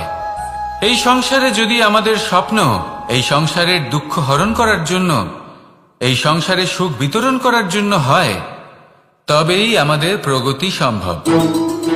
যদি আমাদের এই স্বপ্ন শুধুই আমাদের এবং আমাদের স্বার্থ সিদ্ধির জন্য হয়, তাহলে এই স্বপ্ন আমাদের অন্ধ করে দেবে, আমাদের অন্ধকারের পথে নিয়ে যাবে, আর আমরাও সেই কীটের মতো হয়ে যাব। নিজেদেরই মায়াজালে আমরা নিজেই ফেঁসে যাব, আর শেষে আমরা যদি কিছু লাভ করি তা হবে একাকিত্ব, অন্ধকারময় মৃত্যু। তাই স্বপ্ন অবশ্যই দেখুন, কিন্তু এমন ভাবে স্বপ্ন দেখবেন না যে তার এই বন্দিগৃহে আপনি নিজেই ফেঁসে গেলেন। স্বপ্ন দেখুন পরোপকারে।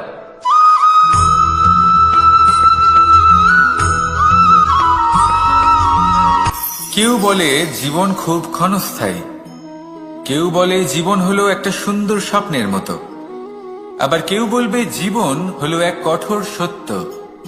কিন্তু জীবন আসলে কি? জীবন হলো আপনারই প্রতিবিম্ব, একটা দর্পণ। অর্থাৎ আপনি জীবনকে সেইভাবেই পাবেন যেরকম আপনি নিজেকে প্রতিপন্ন করবেন। যদি আপনি দর্পণের দিকে তাকিয়ে হাসেন, তাহলে আপনি সামনে হাসি মুখী দেখতে পাবেন। এবার যদি আপনি গম্ভীর হয়ে থাকেন, তাহলে আপনি একজন রুষ্ট ব্যক্তি দেখতে পাবেন। শেষে সবথেকে বেশি গুরুত্বপূর্ণ হলো আপনার চেষ্টা। আপনাকে সবসময় চেষ্টা করতে হবে যাতে আপনি নিজেকে প্রসন্ন এবং ইতিবাচক মনোভাবে রাখেন। এটা হলো আপনারই উত্তরদায়িত্ব, তাকে পালন করুন। এই মনকে প্রসন্ন রাখুন, এই সংসারকে সুন্দর বলে মনে হবে। আর এই মন প্রসন্ন হয়ে বলবে, রাধা রাধা।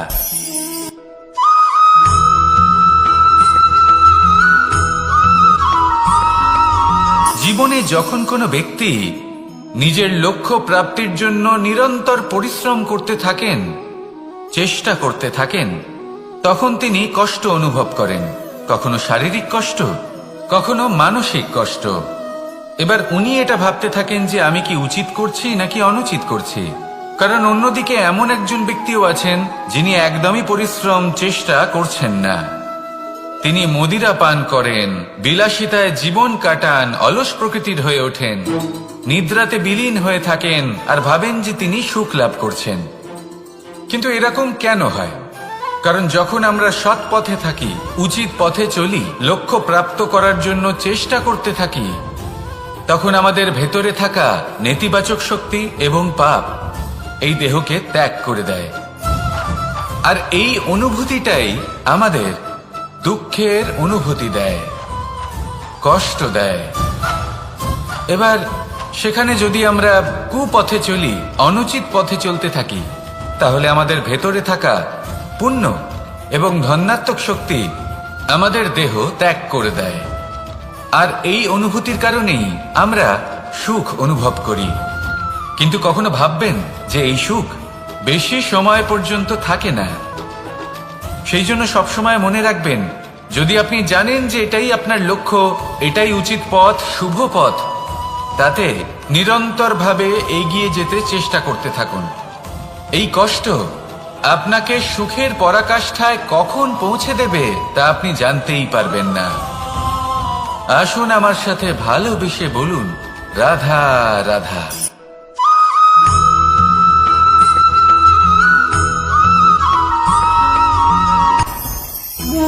ভোজন। এবার ভোজন সংগ্রহ করার জন্য মানুষ কি না করেন, সব সময় চেষ্টা করতে থাকেন। ফসল উৎপাদনের জন্য অনেক পরিশ্রম করতে থাকেন, কিন্তু অনেক সময় অনেক পরিশ্রম করার পরেও ফসল ভালো উৎপাদন হয় না। এর কারণ কি? কারণ হলো এটাই যে আপনি পরিশ্রম হয়তো অনেক করেছেন, কিন্তু আপনার নজর তো সেই বীজের দিকে ছিলই না যা আপনি রোপণ করেছেন। সেই জন্য সব সময় কোনো বীজ রোপণ করার আগে তাকে পরখ করে দেখুন, তা অত্যন্ত আবশ্যক। আর সেইভাবেই যখনই কোনো কর্মের প্রশ্ন আসে, তাহলে সেখানে শুধুমাত্র পরিশ্রম যথেষ্ট নয়। সেই কাজের প্রতি আপনার কর্তব্য কি, আপনার উদ্দেশ্য কি, সেটা জানা হলো অত্যন্ত গুরুত্বপূর্ণ। তাই কর্ম করুন, কিন্তু সেই কর্মের প্রতি আপনার যা উদ্দেশ্য তার মাহাত্ম্য বুঝতে চেষ্টা করুন। তাহলে আসুন আমার সাথে ভালোবেসে বলুন, রাধা রাধা।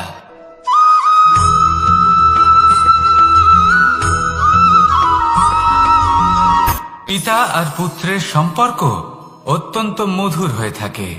পিতা স্বপ্ন দেখেন, তাকে পূর্ণ করার সকল সম্ভাব্য চেষ্টা করেন, কিন্তু তাও অনেক সময় ওনার স্বপ্ন অপূর্ণ থেকে যায়।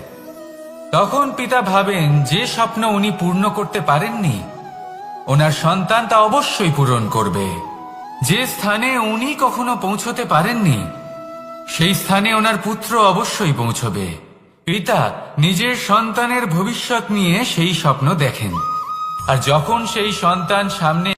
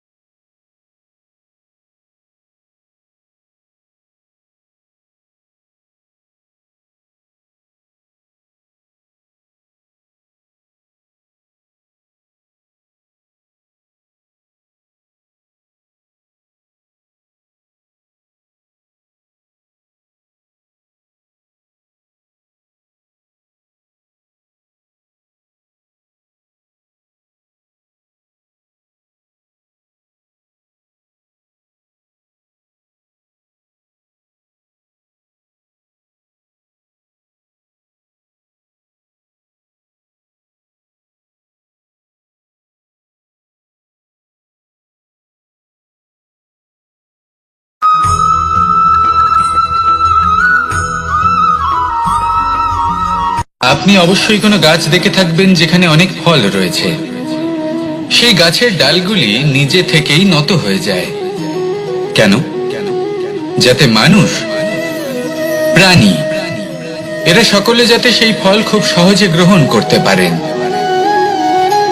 এটাই হলো প্রকৃতির শিক্ষা, এটাই হলো প্রকৃতির নিয়ম। মানুষেরও কিছুটা এরকমই হওয়া উচিত।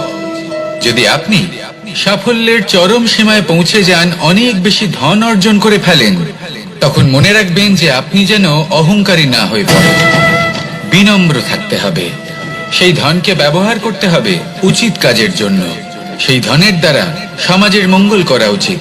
সকল মানুষকে সাহায্য করা উচিত যাদের ধনের অভাব আছে।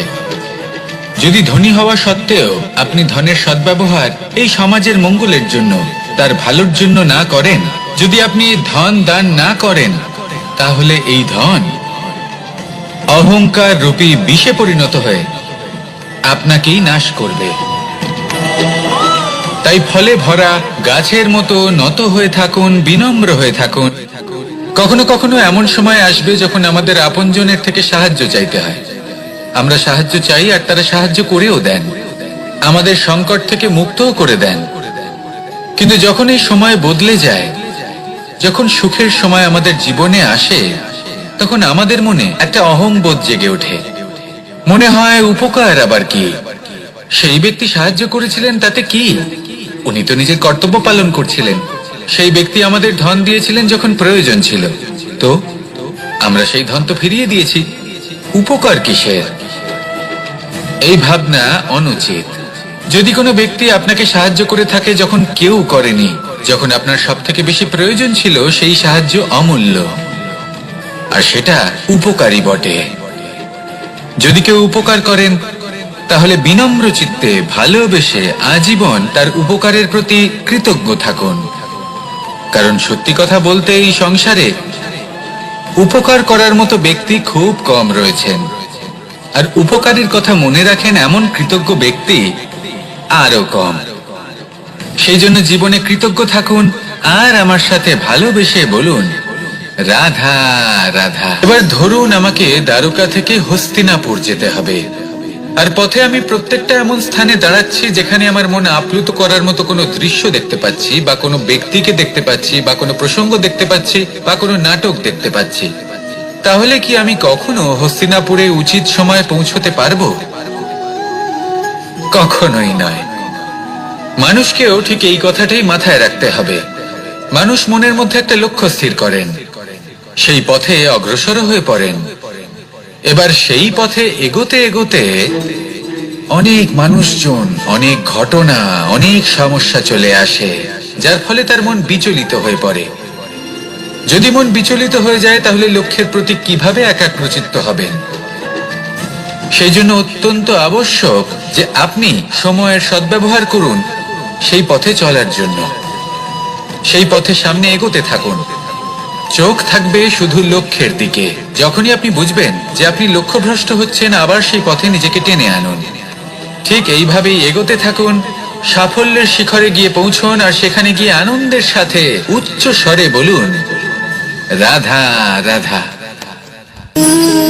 এগুলো হলো নিম পাতা। যদি এগুলো চেখে দেখেন, তাহলে মুখ বিকৃত হবে। এগুলো কি তেতো খেতে, হে নারায়ণ! এর থেকে বেশি তিক্ত সংসারে আর কিছুই হতে পারে না। হয়তো আপনি এগুলো ফেলেও দেবেন। কিন্তু যদি এই স্বাদের ঊর্ধ্বে উঠে এই নিমের বিষয়ে আপনারা জানতে চেষ্টা করেন, তাহলে আপনি জানতে পারবেন যে এই নিম কতটা বেশি গুরুত্বপূর্ণ, কত গুরুত্বপূর্ণ ওষুধ, আর আমাদের শরীরের জন্য কতটা বেশি লাভজনক। এই নিম, এর মধ্যে অনেক রোগের উপশম নিহিত রয়েছে। এবার জীবনে আমরা বিভিন্ন মানুষের সাথে পরিচিত হই, নেত্র দ্বারা তাদের দেখি, কিন্তু তাদের আমরা খুব একটা পছন্দ করি না। সেক্ষেত্রে আমাদের কি করা উচিত? অন্তর মন দিয়ে তাদের দেখা উচিত। ওনাদের রূপ রং নয়, ওনাদের ব্যবহার, ওনাদের গুণাবলী দেখা উচিত। কারণ হতে পারে ঠিক যেমন নিম পাতা বাস্তবে খুব তেতো, কিন্তু আমাদের শরীরের পক্ষে লাভজনক, সেইভাবেই এইসব মানুষ যাদের দেখলে আমাদের ভালো লাগে না, যাদের রূপ রং আমাদের পছন্দ হয় না, হয়তো সেই মানুষগুলোই আমাদের জীবনকে পূর্ণরূপে পাল্টে দিতে পারেন। হতে পারে তাদের মধ্যে এমন ক্ষমতা রয়েছে, আমাদের সুখ, শান্তি, প্রেরণা প্রদান করতে পারেন, আমাদের দুঃখ হরণ করতে পারেন, আমাদের পথ দেখাতে পারেন। সেই জন্য যখনই কোনো ব্যক্তিকে দেখবেন, চর্মচক্ষু নয় অন্তর্মন দিয়ে দেখবেন, রূপ রং নয় গুণাবলী দেখবেন, মানুষকে আরো ভালোভাবে বুঝতে পারবেন। আর এই মন প্রসন্ন হয়ে বলবে, রাধা। আমি দ্বারকাধীশ এবং আমার সভাতে বিভিন্ন সময় বিভিন্ন ধরনের মানুষ আসেন, নিজেদের দাবি নিয়ে, নিজেদের ইচ্ছে নিয়ে। কখনো কেউ ভোজন চান, আবার কখনো কেউ ওষুধ, কখনো কেউ বস্তু চান, কেউ আবার চান বস্ত্র। কারোর জ্ঞান চাই, কারোর ধন চাই, আবার কারোর বাসস্থান। অনেক সময় আমি এই অনুরোধ, এই ইচ্ছে পূর্ণ করি না। এবার আপনি এটা ভাবতেই পারেন যে কৃষ্ণ তো তাহলে লোভী, ওর কাছে তো সবকিছুই রয়েছে, তারপরেও সে নিজের প্রজার ইচ্ছে পূর্ণ করে না, তাদের সমস্যাগুলি বুঝতে পারে না, তাদের সুখ স্বাচ্ছন্দ্য প্রদান করে না।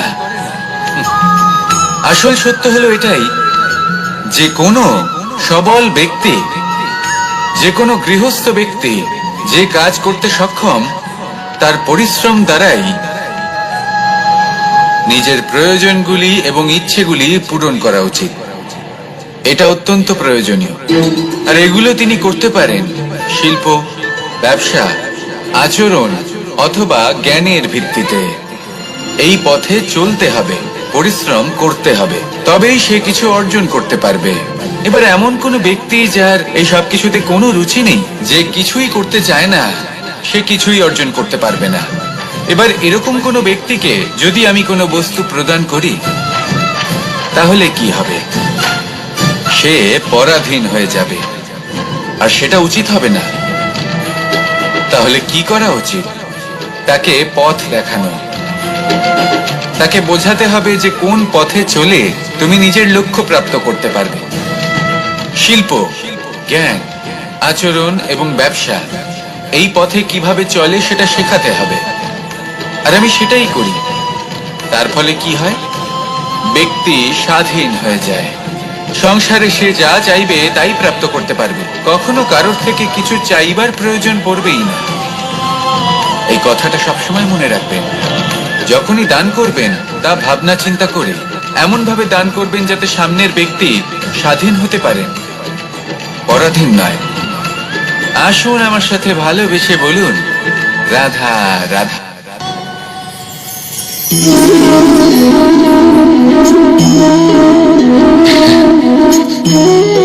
ঘুমের মধ্যে আমরা বিভিন্ন ধরনের স্বপ্ন দেখি, কিছু সুখের, কিছু দুঃখের, কিছু অত্যন্ত ভয়ানক। কিন্তু সত্যি কথা বলতে এর উপর আমাদের কোনো নিয়ন্ত্রণ নেই। কিন্তু আমি এমনও কিছু ব্যক্তিকে দেখেছি যারা খোলা চোখে স্বপ্ন দেখেন এবং তা যাপন করেন। নিজেদের একটা আলাদা স্বপ্নের নগরী আছে ওনাদের, সেখানেই জীবন যাপন করেন। আসল বাস্তবটা কি তাতে ওনাদের কিছুই যায় আসে না। এমন কিছু মানুষ আছেন যাদের কাছে বিন্দুমাত্র জ্ঞান নেই। সে না হয় ঠিক আছে, কিন্তু জ্ঞান এমন ভাবে প্রদান করবেন যে মনে হবে সংসারের সমস্ত জ্ঞান তাদের কাছেই রয়েছে। এমন কিছু মানুষ আছেন যারা ভালোবাসতে জানেন না, আর তাও আমি মেনে নিলাম। কিন্তু কথা এমন ভাবে বলবেন তাতে মনে হবে যেন প্রেমের বিষয়ে সবকিছু শুধুমাত্র ইনিই জানেন। এবার আমি এমন কথা অবশ্যই বলছি না যে আপনি এরকম করেন, কিন্তু যদি কোনো ব্যক্তি এরকম করেন তাহলে তার এটা মাথায় রাখা উচিত যে সেই ব্যক্তি অন্য কারোর সাথে নয়, নিজের সাথে অনুচিত করছেন। কারণ এমন কাজ করে উনি নিজের দোষ, নিজের অপগুণ সংসারের কাছে নয়, নিজের কাছে লুকোচ্ছেন। আপনি যদি নিজেকে বুঝতে না পারেন, সম্পূর্ণরূপে নিজেকে আকলন না করেন, নিজের অপগুণ, নিজের দোষ পূর্ণরূপে না বুঝতে পারেন, তাহলে এটা কি করে বুঝবেন যে নিজেকে কিভাবে শুধরে নিতে হবে? আপনাকে নিজের সত্য স্বীকার করতেই হবে, তারপরেই আপনি নিজেকে পরিবর্তন করতে পারবেন। তাহলে স্বপ্নে নয় বাস্তবে বাঁচুন। বিগত দিনের কিছু কথা মনে পড়ে গেল। এক অদ্ভুত ঘটনা যা অমূল্য শিক্ষা দিয়ে যেতে পারে। বিষয় হলো যক্ষের সাথে যুধিষ্ঠিরের কথোপকথন। একবার যক্ষ যুধিষ্ঠিরকে জিজ্ঞেস করলেন, ওনাকে বললেন যে আমার কিছু প্রশ্নের উত্তর যদি আপনি দিতে পারেন তাহলে আমি আপনার বাকি ভ্রাতাগণকে আবার জীবিত করে তুলব। সেগুলোর মধ্যে খুব গুরুত্বপূর্ণ আর কঠিন একটা প্রশ্ন ছিল, এই সংসারের সব থেকে শ্রেষ্ঠ আশ্চর্য কোনটি? এই প্রশ্ন আমি আপনাকে জিজ্ঞেস করছি। এবার কেউ বলবেন স্বর্ণ দ্বারা নির্মিত লঙ্কা, এটি হলো সংসারের সব থেকে বড় আশ্চর্য। কেউ বলবেন বরফে ঢাকা সেই পর্বত যা আকাশ স্পর্শ করে। কেউ বলবেন সেই সমুদ্র যার গভীরতা মাপা অসম্ভব ব্যাপার।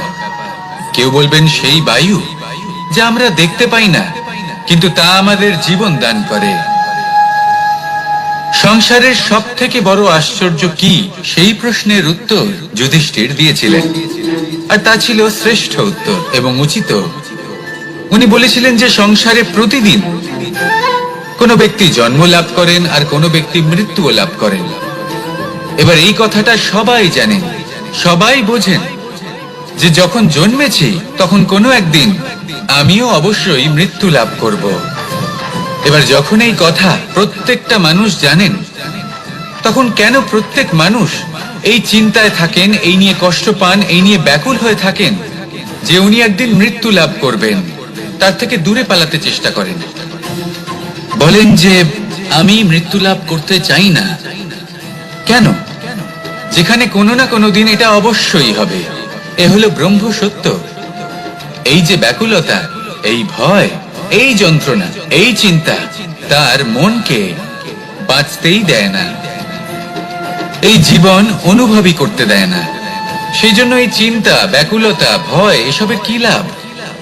কোনো লাভ নেই। সেই জন্য যতক্ষণ জীবনযাপন করছেন প্রত্যেক মুহূর্ত যেন শ্রেষ্ঠ হয়, আনন্দময় হয়, প্রেমের দ্বারা পরিপূর্ণ হয়, সেই চেষ্টা করুন। চেষ্টা করুন যাতে আপনি যে কাজ করছেন তার দ্বারা যেন অন্যের মঙ্গল হয়। এই প্রচেষ্টাই আপনার জীবনকে প্রসন্নতা আর প্রেম দ্বারা ভরিয়ে তুলবে।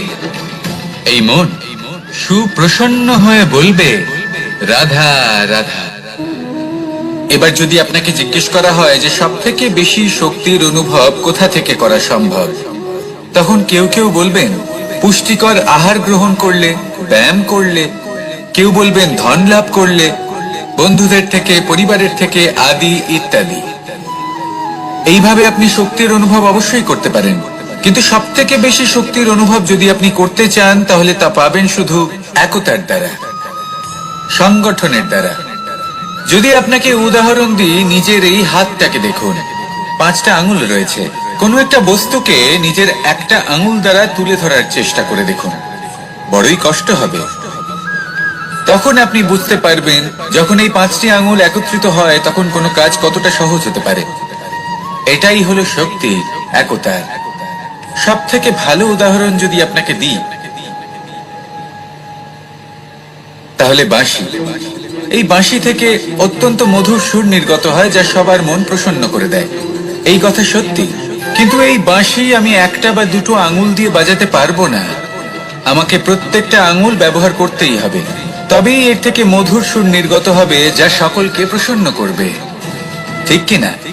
ঠিক এইভাবেই যদি আপনি চান যে আপনার জীবনরূপী বাঁশি থেকেও মধুর সুর নির্গত হোক বা সবার মনকে প্রসন্ন করে তুলুক, তাহলে আপনাকেও জীবনে একতা নিয়ে আসতেই হবে। আপনি একাও কর্ম করতে পারেন, পথ চলতেও পারেন, সামনেও এগোতে পারেন, সাফল্যও লাভ করতে পারেন।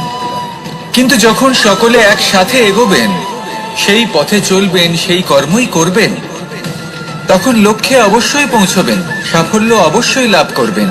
কিন্তু সেই সাফল্য এবং তার আনন্দের সংমিশ্রণটাই একটু অন্যরকম হবে। তাই জীবনে ঐক্যবদ্ধ হন, একসাথে মিলে এগোতে থাকুন, আর আমার সাথে ভালোবেসে বলুন রাধা রাধা। 2 ধরনের আবেগ রয়েছে যার কোনো মূল্য নেই। আমার কথার অর্থ এটা নয় যে এদের কোনো গুরুত্ব নেই, গুরুত্ব যথেষ্টই রয়েছে, শুধু এদের জন্য আপনাকে কোনো মূল্য দিতে হয় না। প্রথম আবেগ হলো আনন্দ, প্রসন্নতা। এটা আপনি যে কোনো জায়গায় খুঁজে পেতে পারেন যদি আপনি খুঁজে পেতে চান। আপনি কোনো পুষ্পের সৌন্দর্য দেখে প্রসন্ন হতে পারেন।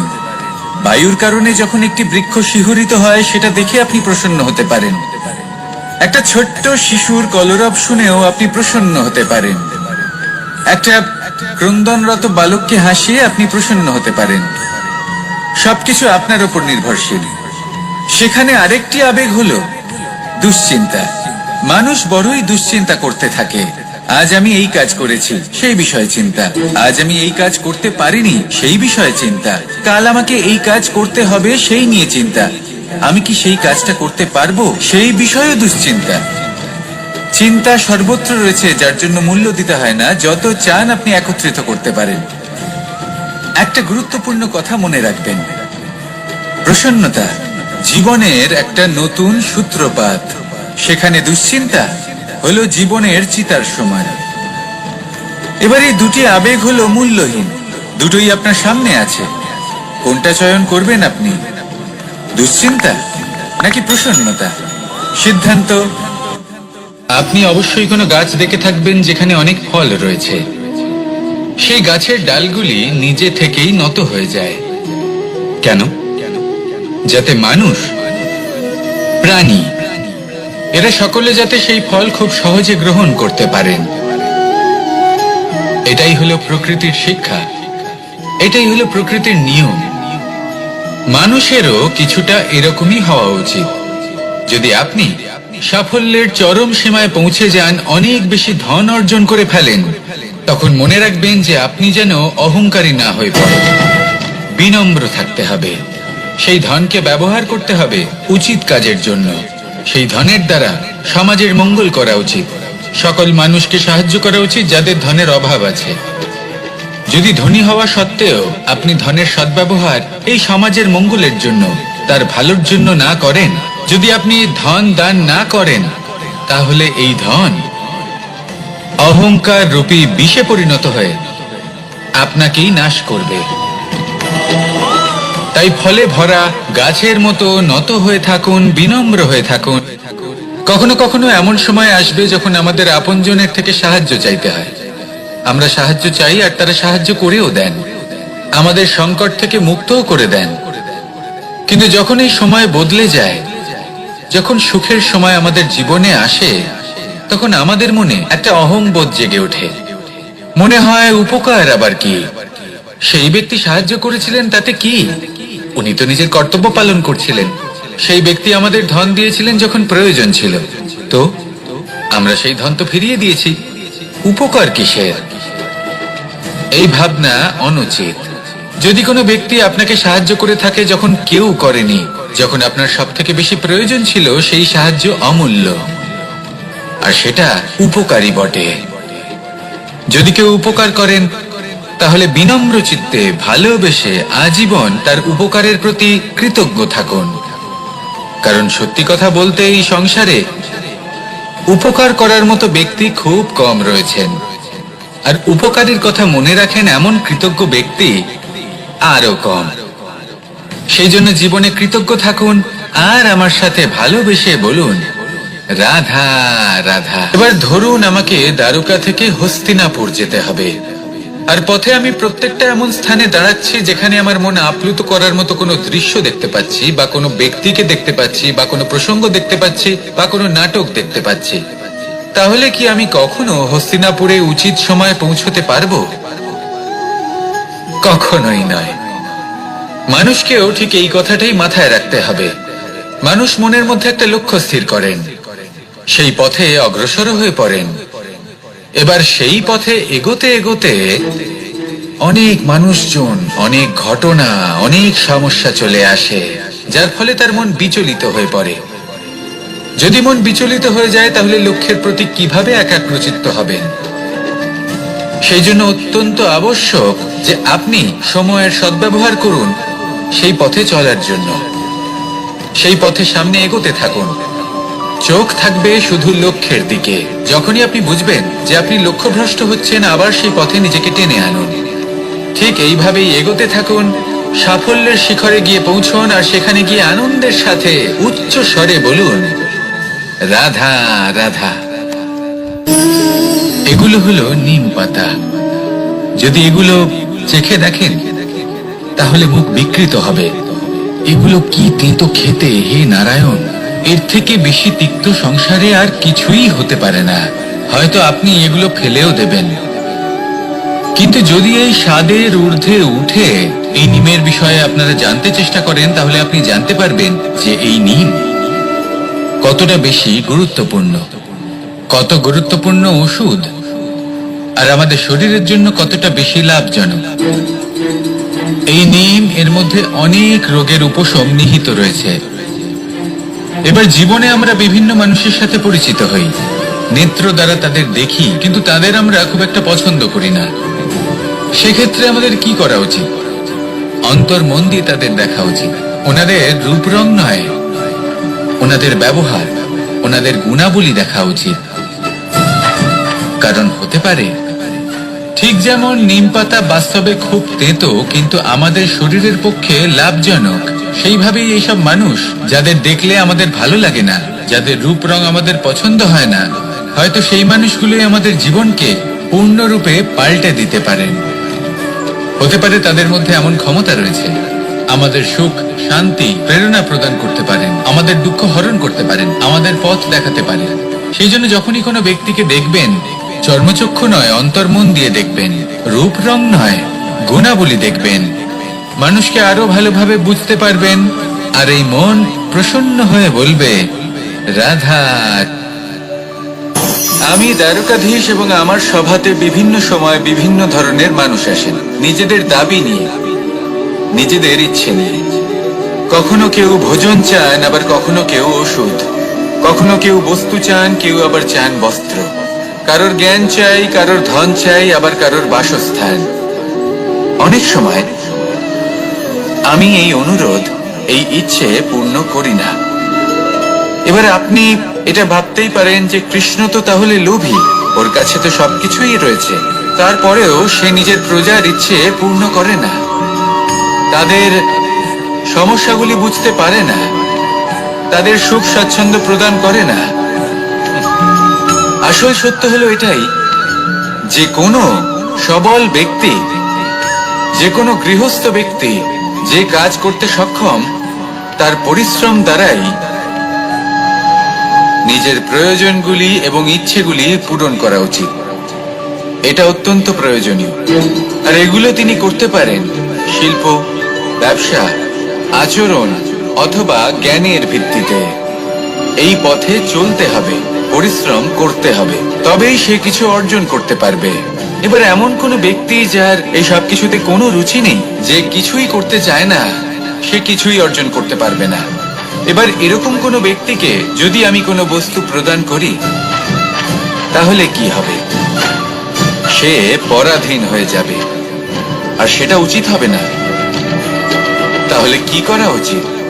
তাকে পথ দেখানো, তাকে বোঝাতে হবে যে কোন পথে চলে তুমি নিজের লক্ষ্য প্রাপ্ত করতে পারবে। শিল্প, জ্ঞান, আচরণ এবং ব্যবসা, এই পথে কিভাবে চলে সেটা শেখাতে হবে, আর আমি সেটাই করি। তার ফলে কি হয়? ব্যক্তি স্বাধীন হয়ে যায়, সংসারে সে যা চাইবে তাই প্রাপ্ত করতে পারবে, কখনো কারোর থেকে কিছু চাইবার প্রয়োজন পড়বেই না। এই কথাটা সবসময় মনে রাখবেন। যখনই দান করবেন তা ভাবনা চিন্তা করে এমন ভাবে দান করবেন যাতে সামনের ব্যক্তি স্বাধীন হতে পারেন, পরাধীন নয়।